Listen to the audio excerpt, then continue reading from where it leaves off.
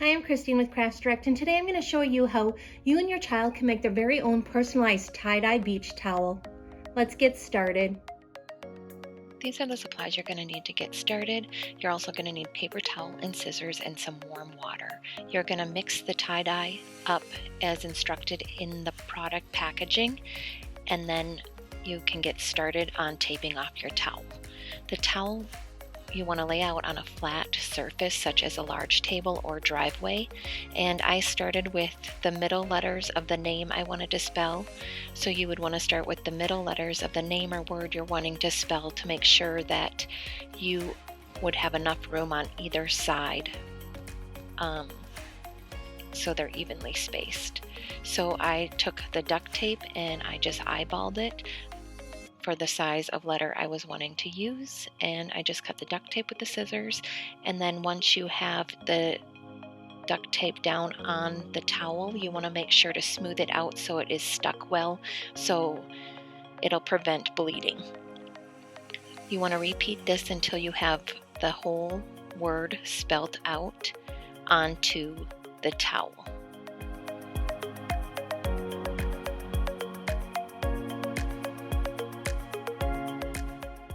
Once I was done applying the letters to the towel, we took the towel outside and laid it in the grass. I then let my daughter go to town on spraying the liquid dye onto the towel where she desired.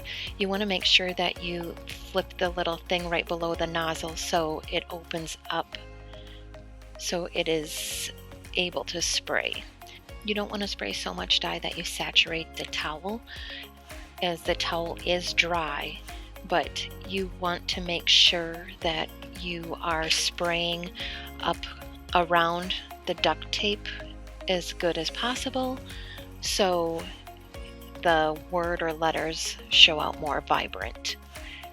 So keep repeating until you have the desired coverage that you want in that particular color,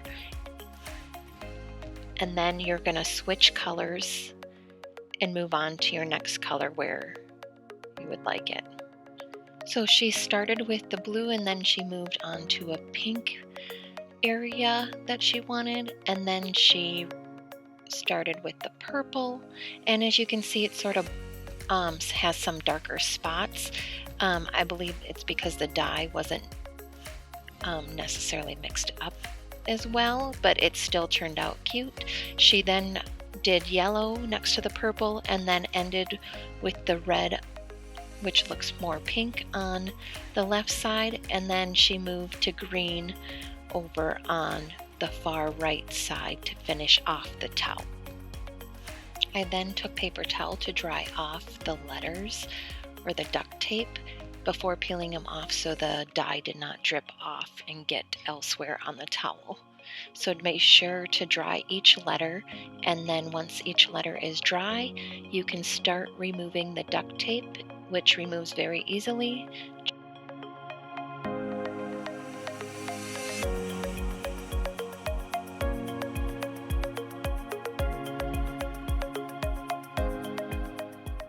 Once you have all the tape removed from the towel, you can leave it as is and let it dry, or hang it up to let it dry. You want to let it dry 6 to 8 hours before washing it, and you can find the instructions in the kit for that, and then your project is complete.